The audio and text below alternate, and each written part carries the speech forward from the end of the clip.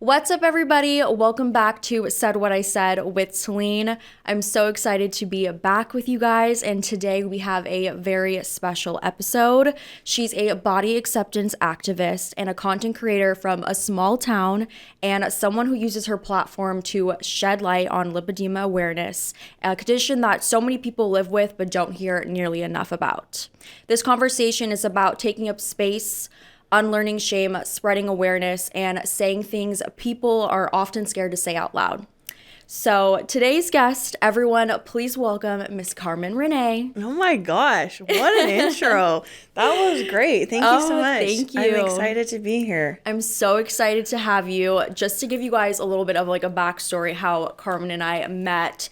We were actually on set for the Supermodels Unlimited magazine shoot, and Carmen was, of course, the beautiful model coming in, and we met downstairs. I was the stylist assistant, like, on the project, and, like, she just brought in this, like, radiating, like, beautiful energy, and, like, you walked in with so much confidence, and I was like, I need to know this girl. Thank I'm like, you. Who is she? I want to be her friend. Oh my gosh, thank you. That's so sweet. That was such a special day, amazing day for me, and Yes. literally everybody I met from the second I walked in was just amazing. So I'm really happy that we've connected and happy to be here. Too. So excited. We have so much amazing things to talk about today, shed light and shed awareness on so many different situations. So I want to get started and talk a little bit about you. You're from a small town in Oregon and you're in LA now. So talk me through that. What was like sparking this change to come out here, or like talk me through all of that. Yeah, well, it's been a long time. So I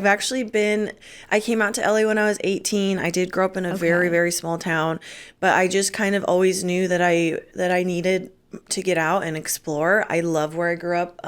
My family still lives there and I go home a lot, but I just this is just how I am. Like, I made up my mind, okay, well, I want to go to school for fashion merchandising.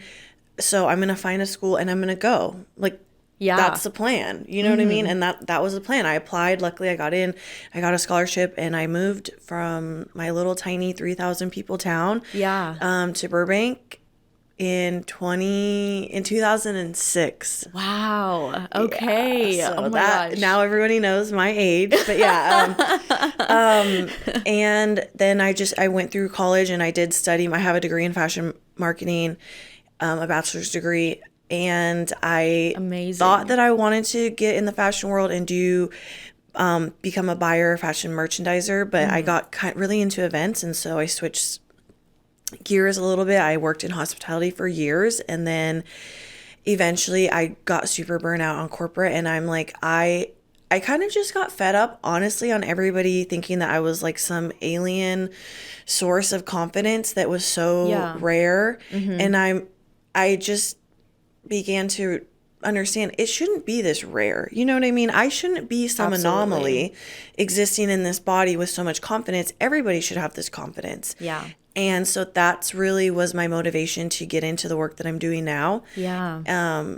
And I mean, that's my goal in life, is just to help people become more confident. And I think you have to live what you want other people to walk away with from yourself. So I do try to enter every room like I'm the baddest bee, because most of the time, you do. I genuinely feel like I am most of the time. I'm not perfect, but anyway, so that's kind of how I started all of this. Yeah, that's amazing. I mean, what is that like? Just like, obviously growing up in a small town, the lifestyle in LA is like so different. Like, what were some of the challenges that you faced with that?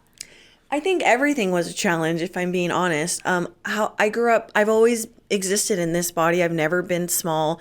So growing up where I did, it was challenging because there wasn't like a lot of even like big kids were in my school. You know, there was like 3 of us and everyone knew, you know, who we were, like the chubby kids. And my mom always battled with her weight, but I never really considered her to be like big. However, just her own, you know, battles with body image, diet culture.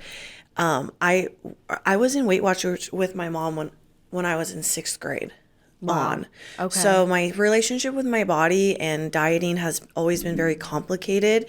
And I think when I came out here, it was my chance to start fresh, you know? Yeah. People that don't know me, you know, there's so much diversity in Southern California that it's like, oh, I'm not the only one. I'm not the only big girl. You know, there's other big girls. Oh, wow. And it was right when social media was starting. Okay. And I could see people who were really thriving in their bodies. Yeah. So that helped me a lot. And then I was definitely always the girl in high school who was friends with everybody, but I never really felt like I was desired romantically by anybody. And then I came out here and it's like, oh, like, okay, like I got a dump truck back there. All right. The guys like that. I didn't know that. You know what I mean? Yeah. And so it was just really getting to know myself and learning through different experiences and different people's experiences too. Like what I have is really okay. And just because I'm different doesn't mean that I'm not worthy of feeling loved, feeling accepted, having amazing experiences. And those all started for me really after I left home. Yeah. And that is such a push for me too, of why I want to live the best, fullest life and show people who do feel like maybe they don't deserve that you absolutely do. And it's all possible. Absolutely. And I love that about you. Like your confidence really radiates not just through like what you say, but just like your overall presence as a human being. And I think people who are fortunate enough to be in the same room as you could definitely like tell and could feel that. I know I did the very first moment I met you. So like huge like props and just like want to give you your grace and flowers for that, because coming, like we all, I feel like every single human being struggles with confidence, 100%. you know, and like a lot of people follow you now and they see your confidence, but like confidence doesn't usually come until after some sort of struggle, right? So can you talk about like your relationship like with your body, like growing up? Yeah, I don't think it was great. I have two conditions, which I know we're going to talk about: lymphedema and lipedema. Yes. I didn't get my lipedema diagnosis till I was an adult, but I had my lymphedema diagnosis very young because lymphedema typically causes swelling through one of your extremities. It's usually just one leg or one arm. But for me, my doctors think that I was born without some of my lymph nodes. So it causes the lymphatic system to be damaged. So the fluids that your lymphatic system should be moving throughout your body, there's a blockage. So for me, that's why I do have quite a bit of swelling through my legs and through my feet. Okay.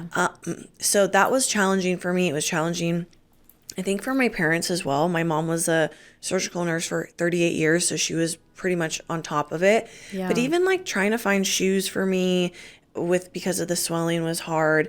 I will say, to my mom's credit, she always seemed to wanted to make it feel very normal to me, not make it a big deal. Absolutely. My mom is a great seamstress, so she sewed a lot of my clothes growing up, which was great.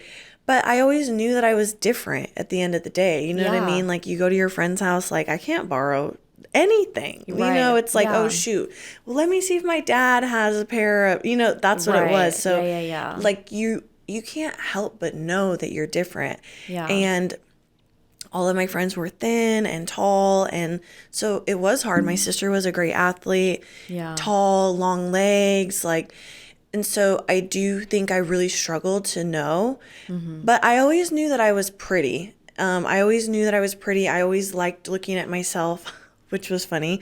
But I did not come into my body understanding that all of its power until much later in life. Okay. We're going to take a quick break and we will be right back. So stay tuned. Said what I said with Talin.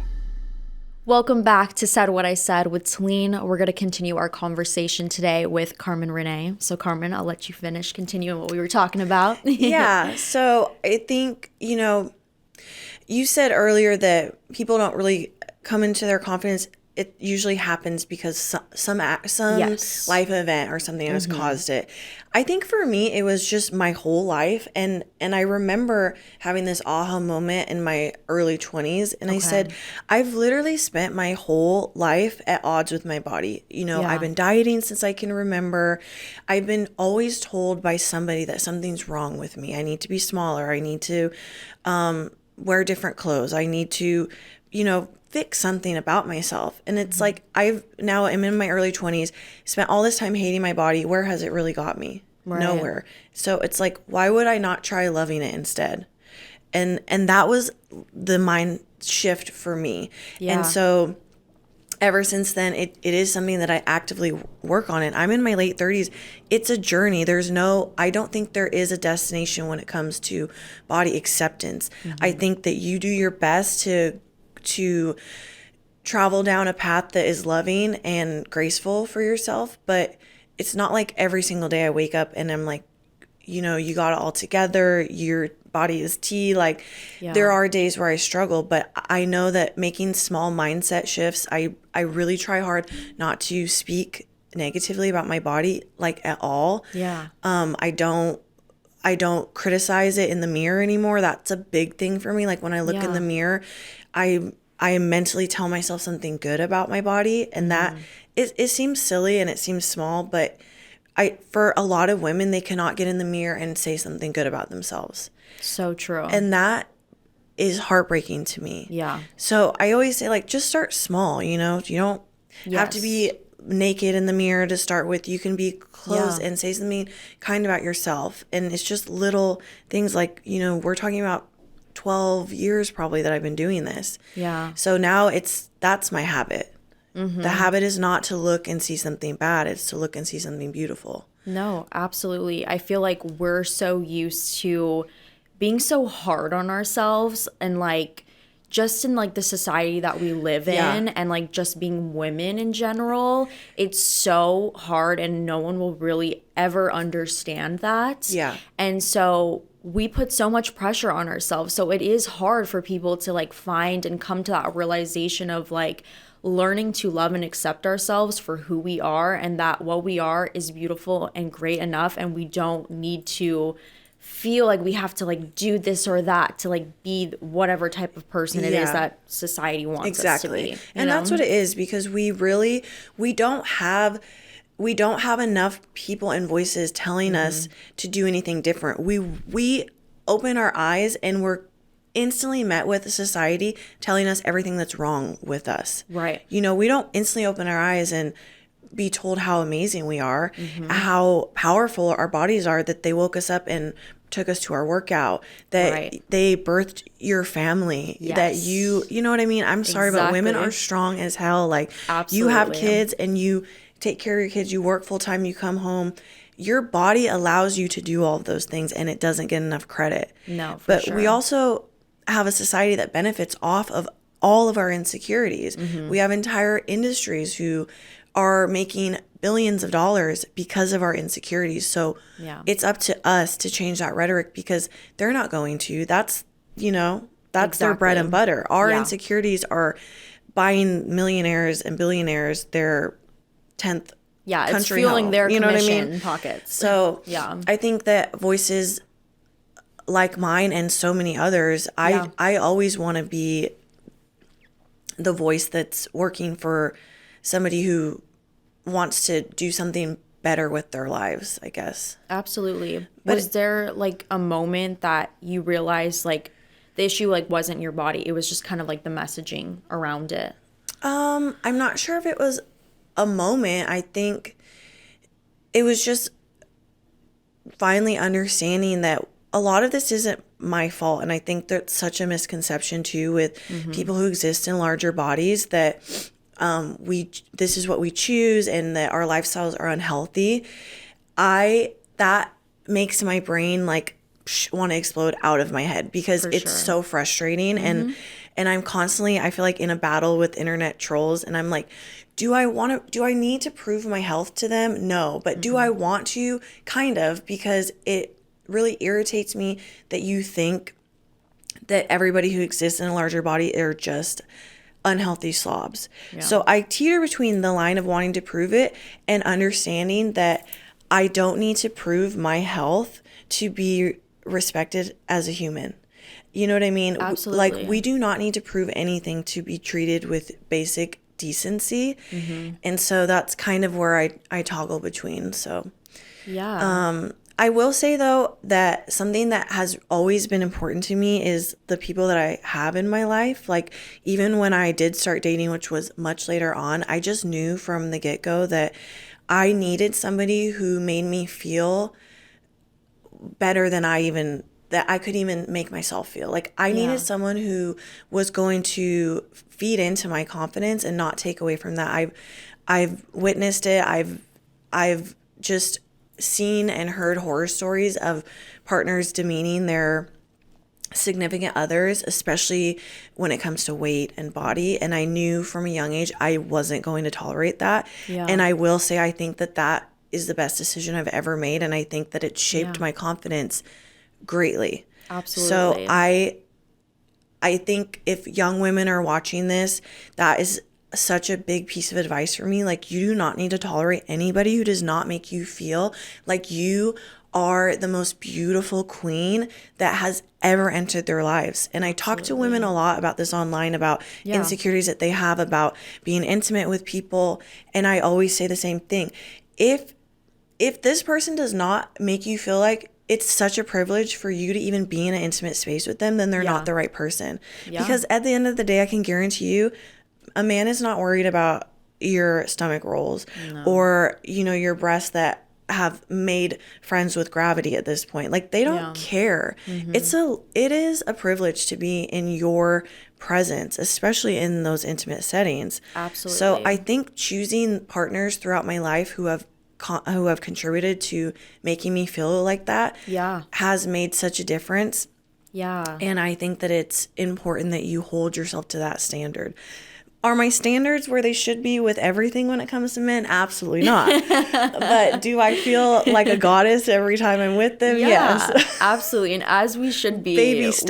We're queens. Like, these women, like, we're queens. And Literally. We deserve to be treated like that, especially with everything that we have to just deal with in this society. Yeah. And I think for men who are watching, it's important to understand men go through it too. But like women, we already are facing so many insecurities that like we need those words of affirmation. We need you to affirm that you want us and you desire us just as we are. And I do think it goes both ways. Men want to hear that too, but Absolutely. I can guarantee you, like, your partner is going to be so much more willing to be comfortable with you and explore if you make them feel like that you really desire them. So Absolutely. I feel like I took a little bit of maybe a tangent on that, but it's important. And Valentine's, we're like right around Valentine's Day. Yes, so exactly. You know what I mean? Girls, wear the lingerie. Even if it's just for yourself, it's okay. I love it. I love it. So one thing I really like deeply respect about you is like how open you are about lipedema. And because so many people don't know what that is. So for listeners who have maybe are hearing this for like the first time, can you explain a little bit more to us about it? So it's a little confusing because I have both lymphedema and lipedema. We talked a little bit about lymphedema. Mm-hmm. March is Lymphedema Awareness Month. That's a damaged lymphatic system that can cause swelling through your body and is very painful and tough to manage. There's no cure at the moment. Mm-hmm. Lipedema is more common. About 1 in 10 women have lipedema, and that is a specific type of fat cell that you have. It's typically hereditary. So for example, women's arms who kind of do this, it hangs, that's typically lipedema fat. If you have fat that's right over your knees, that's kind of a good way to indicate it as well. Okay. If you have tendernism, like for me, like this hurts, which seems crazy, but like the fat nodules themselves are very tender and are typically very, very painful. Okay. So if you bruise really easily, if you have tenderness on your arms and in the inside of your knees, that's usually a pretty strong indicator that you do have lipedema. Okay. So I didn't get my lipedema diagnosis until I probably was 30. And I remember I cried in the doctor's office because he told me, he goes, this isn't like, it's not your fault. So lipedema, fat cells do not respond to diet or exercise. So no matter how much my body changes, my weight fluctuates, these lipedema fat cells that are in my arms, they're in my legs heavily, the top of my butt, it will never go away unless you have it surgically removed. Okay. and the surgery can be pretty invasive, and it's tough for me because I have lymphedema also. So because I have a damaged lymphatic system, it's just a tricky thing to navigate through my body. Gotcha. But I will say, again, 1 in 10 women have it. It's very common. If you're looking for a diagnosis, find a lipedema specialist. They're becoming more common because it is becoming something that's more recognized in our healthcare system. Okay. But I think it's important for women to have the diagnosis because, one, it's just, most of us have battled this our whole lives trying to change our bodies. Yeah. And at the end of the day, parts of your bodies will never change. And so that's kind of where the acceptance part comes in, and figuring out ways to manage it. I will just say really quickly, great ways to manage both lymphedema and lipedema is eating anti-inflammatory, because our bodies already hold so much inflammation because of these conditions. Avoiding anti-inflammatory foods makes a huge difference. Okay. Being super active but low, what's it called? Impact? Low impact, thank you. Yeah, low impact is key. So despite what my troll fans on the internet think, like, I literally work out 5 days a week with the trainer. I don't eat gluten 90% of the time. I don't eat dairy 95% of the time. And then when you're traveling, using compressions helps a lot with the swelling. So if you're kind of a beginner, those are my 3 tips. Yeah, that's amazing. Thank you so much for that. What's kind of like the biggest misconception people have about bodies affected by lipedema? That we're just lazy and don't want to do anything about it. And that's, it is hard. I mean, I think it's also just frustrating because women, I think, just spend so much of their lives trying to lose weight. All women, it's not, I know it's not specific to me being a plus size person. Women are always trying to lose weight. And we are in this epidemic right now of skinny talk and GLP-1s. Right. And it just breaks my heart because it's just another diet fad to me. This is not a judgment thing, but to me, it's no different than in the 90s when everyone was taking diet pills. Right. Like, we don't know what the long-term effects of any of this is doing to your body. I know what it's doing to your metabolism. So when you get off of those, what are we looking at? Right. We're looking at the same thing we've always looked at, the yo-yo diet. Yeah. So I think the misconception with people who have lipedema is that somehow we're failing ourselves. Somehow we just don't want to do anything differently. And it's just not true. And I think when women do get their diagnosis, it's a little bit of like a sigh of relief. Like, I've been trying my whole life to do what I think is right. And at the end of the day, you're doing a good job. If you're doing what you can for your body, then you're doing a good job. Absolutely. So I think that's what I would say. But yeah, GLP-1s, we could talk all day about that because that gets me fired up. It really does. It's tough. For sure. We'll go to talk about that a little bit more when we come back from the break. Stay tuned. Said what I said with Talin. Welcome back to Said What I Said with Talin. We're going to continue our conversation with Carmen. We were just talking a little bit before the break about GLP-1s. So we'll get a little bit into that. So talk to me a little bit how you feel. I want to hear it. I mean, I feel like all of the feelings. I think it's more of a frustration to me that we've reverted back to this beauty standard of wanting everybody to be thin. I do feel like we made a little bit of progress in the last probably 10 years of celebrating body diversity and inclusion. And now, I work full time in social media, so I can feel all the trends, and my pocket feels the trends. 5 years ago, even 4 or 3 years ago, it was trendy. Brands were really on board with inclusivity. Right. And now we're back to going to ultra thin. And it's not trendy anymore to be body positive or to be inclusive for brands, so they're not. Yes. And I think more than anything, it's just so dangerous for young women. I mean, we talked about me growing up. I'm much older, so we didn't have social media. I remember when we got dial-up internet, okay? You know what I mean? Like, we didn't have it. So all I had was magazines and TV, and there was not body diversity. Yeah. So I grew up thinking, of course, what I did, like, I'm not desirable. I'm not the main character. I'm not the girl who gets the guy. Yeah. And so now we have created these platforms where it's been easier for younger girls coming up to see somebody that looks like them. Right. So what I fear with this shift that we're making is that we're doing a disservice to anybody coming up who now they already are having body insecurities. Right. Girls younger and younger are having body insecurities, and girls younger and younger are being affected by eating disorders. So all we're doing now is just pouring gas on that fire. Absolutely. And I don't want someone who follows me who's 15, 16, 17, who has a body like mine, and then they have to watch me shrink because I'm taking a drug that would not naturally be in my body. I'm not losing this weight naturally. I'm taking something a pharmaceutical brand made, paying money to alter my body and my whole body chemistry. Right. And some girl now is saying, just maybe when she's coming into a point of her life where she maybe feels like she's going to be okay. And now she feels like she has to change her whole life. Right.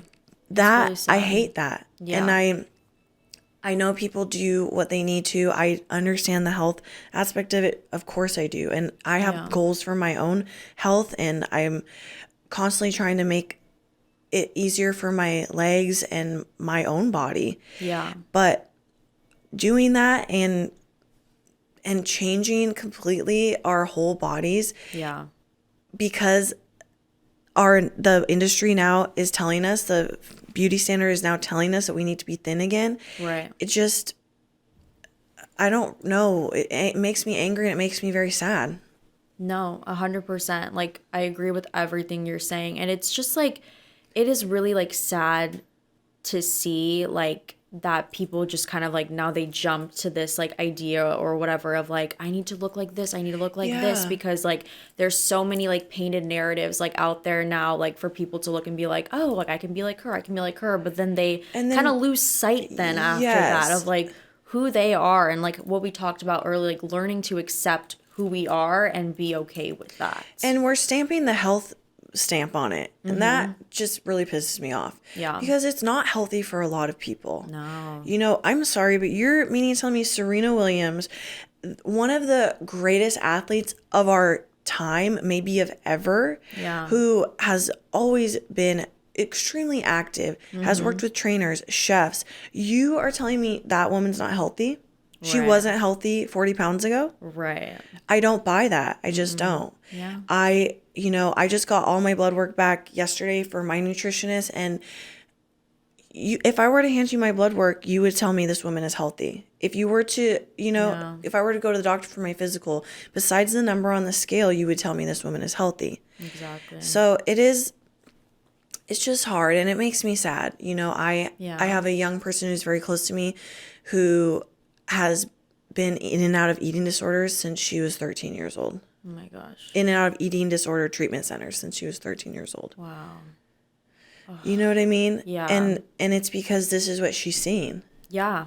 It's like what society has come to, and is what has like caused these problems, and it's affecting, like you said, 13-year-olds. Like, it's insane to me. Yeah. And I think it's also making people just, again, way more comfortable. When we're filming this right now, it's about to be February. Yeah. I've already received more hate comments on my weight specific and on my body this year than I probably received all of last year. Oh my gosh. Which is insane.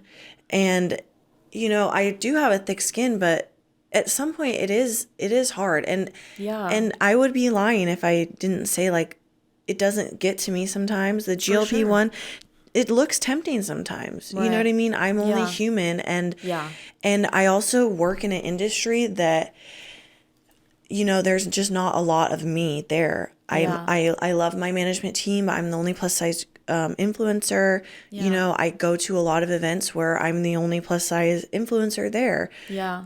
And then of course I'm the only one with legs like mine, with the body like mine. So you have to just, your mental has to be so strong when it comes to your body image. For sure. To be in this space. And, I'm only human, so sometimes it does get to me. But at the end of the day, I just always think of my why. And my goal with starting this platform was always to help women be more confident, to change some of the rhetorics that we have around bigger bodies. Yeah. And I don't want to let myself down. I don't want to let anybody who's watching me down.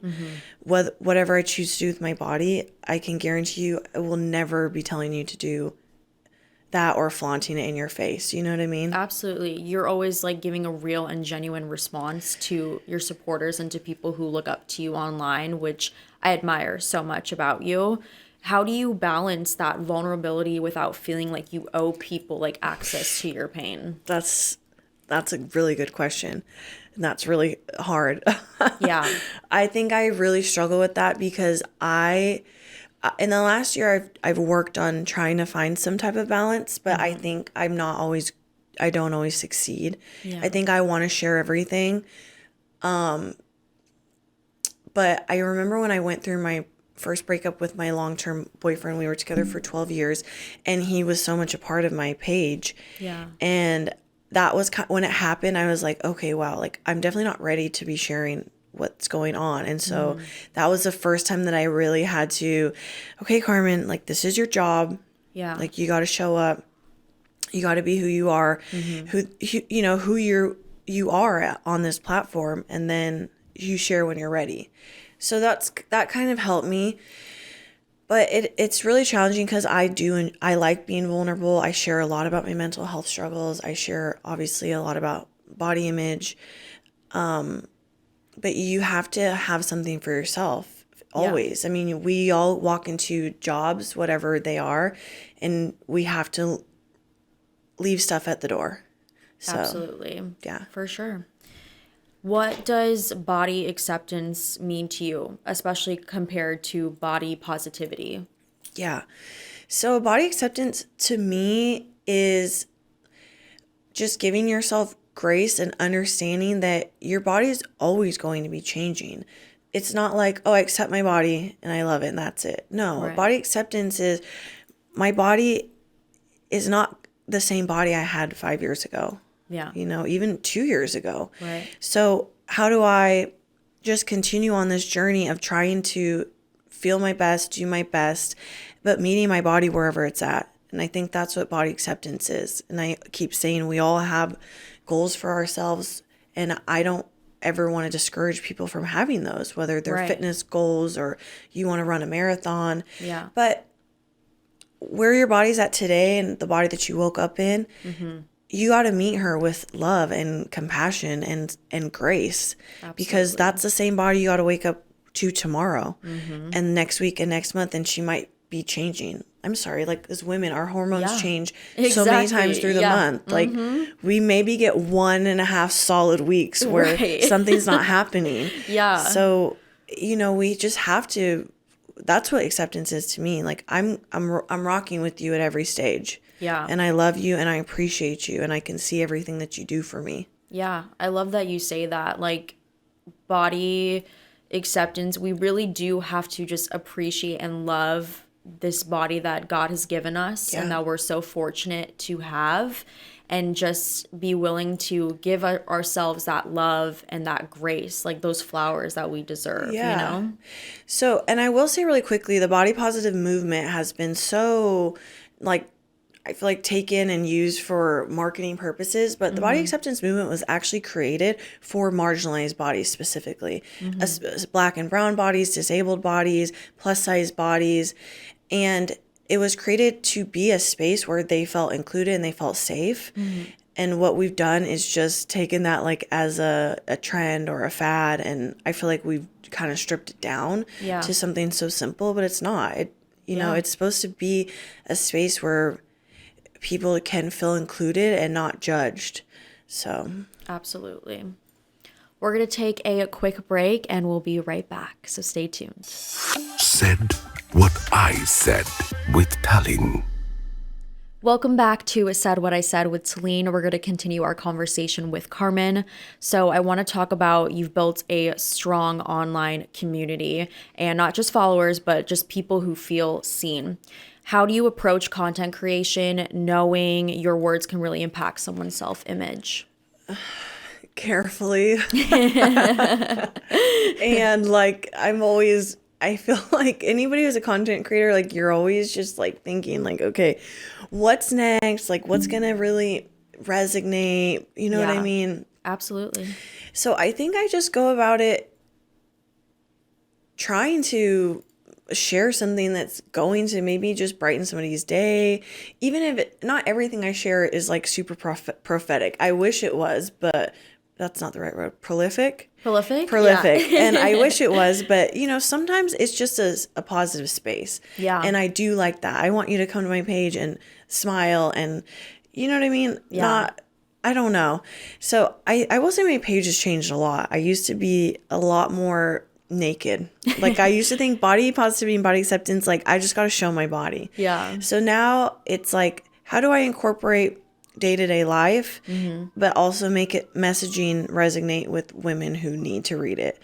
So whatever outfit it is, or a try on, or going to the gym, I do try to incorporate key messaging. Yeah. But I also think that sometimes just showing up is the message. Yeah. And I think that when I walk into rooms or I walk into events, like my body sometimes is the statement, and I'm okay with that. Yeah. Because we need statements to make a difference. Absolutely. So a lot of times, which I don't know how I feel about it, women will just be like, "Oh my God, like I could never wear that," or like, "I love seeing you wear that because I never thought I'd be able to, or I'd never seen a body like mine in that outfit." Yeah. And that's sometimes enough. Yeah. Absolutely. So I think I just try to be authentic and show up and throw in some spicy statements sometimes that's gonna piss the internet off. I was going to talk about it because I know you have in your bio too about taking up space. So I want to talk about that and like, what does taking up space look like for you now compared to before? Yeah, that's a great question. I will say that for so long, I feel like I always try to make myself smaller. And sometimes I catch myself still doing it, and not just my body itself, but like where I sit, how I sit, my voice. Yeah. Do I take up space with my voice in a room, or do I still let my voice be small? Because I grew up letting my voice be small for a long time. Yeah. So I think that taking up space to me is not just physically. I think physically makes a difference. I think, Yeah. I'm still that girl. You want to put me in the middle seat of on the plane? Great. Like I'm taking up my space. Like I'm not going to make myself small for you. Absolutely. So that's important, I think, especially for people who exist in bigger bodies, but for everybody, I think it's important for us to take up space with how we carry ourselves and what messaging we're sharing, how we want people to remember us by. I don't want to be remembered as the woman who was quiet, who kept her mouth shut when times were hard. I don't want to be the woman who didn't speak up for, what's going on in the country, whether it affects me directly or not. Right. That's what taking up space means. And we all have a part to play with that. And I think we need to stop trying to play small, especially women. Absolutely. And we are under a time right now where I feel like we're going back in time in so many ways, and women are being targeted, and we're going to be next. So I just want women to feel powerful in everything that you can accomplish and everything that you're doing. Yeah. And don't let anybody make you feel small. Absolutely. That was a really great message. Absolutely. What kind of legacy do you hope to leave for people who are struggling with body acceptance or chronic conditions? I want people to remember that whatever makes us different is truly our superpowers. It's so boring to be like everybody else. I never want to be like anybody else. I don't want to look like anybody else. And I think in a world where it's like copy and paste, that I want everyone to feel and understand that whoever they are individually, that's who you're supposed to be. That's who God made you to be. He makes no mistakes in my eyes. Absolutely. So I exist in this body on purpose, and so do you. Whether you're talking to 250,000 people online, or you're talking to your daughter, or you're talking to your niece, or whoever, the young people in your life, like, you have the same impact that I have. And that's really the legacy I want to share, and I want to leave. Like, when I leave this earth, I hope everybody comes and celebrates me in their spiciest outfit that makes them feel the most confident and amazing, not because anybody else told them, because that's how they feel inside their core. Yeah, I love that. And before we get into our last segment, I want to ask you, do you have any upcoming like projects or anything you're working on that you would love to share with us? Oh gosh. Well, I'm manifesting for myself New York Fashion Week, LA Fashion Week, and a billboard. Yes, girl. So I love that. We're going to see you up there. That's what we're going to see this year. We're manifesting so keep an eye out for that. Oh, yeah. We're going to see it. Imagine like this comes out and then you have it. That would be everything. I'm manifesting that for you. Yeah, those are goals. I want to see myself on a runway this year. Yes. Oh my gosh, please. Yeah. Yes, I'm here for that. Alrighty, we're going to go into a little said what I said segment where we're just going to say everything plainly, unapologetically, and out loud. So I'm basically going to say a little sentence, then you're going to finish the phrase. Okay. So the first one is, a belief about beauty I had to unlearn was... that there is a standard of beauty that needs to be upheld, or I need to believe in. I'm my own standard of beauty. Period. I love it. If you could say one thing to someone who hates their body right now, it would be... Oh, that's hard. Stop is what comes to mind. No, that there's so many more reasons to love your body versus hating it, and I can personally attest to when we change our mindset from I hate my body to I'm going to try to love it instead, your whole entire world and your whole entire outlook will change. I love that. And I actually collected a few listener prompts actually. So I had posted something on my IG story in regards to the topic of body acceptance, and these will all remain anonymous, by the way. So we're going to just answer these two. But a listener wrote in and said, how can we support friends who are struggling with body image? That's such a beautiful question. I would say don't talk about their bodies. Okay. You know how we see somebody and be like, oh my God, I haven't seen you for so long. You look like you lost weight? Mm-hmm. That can be triggering for people in its own. I always say like, you don't need to be talking about your friends' bodies, and be careful how you're talking about your body in front of them. That's something that, I know we're probably running out of time, but just really quickly, my best friend, her daughter just turned 18 yesterday. I've known her since she was 4 years old. And when she was around 9, I said, Jessica, we can't talk about our bodies bad. We're not going to say anything bad about our bodies because she's at that age, she's going to start listening. And now she's 18. She's the most confident, stunning, inside out young person I've ever met to this day. And we talk about it, and she knows like I grew up with women who only spoke positively about their bodies.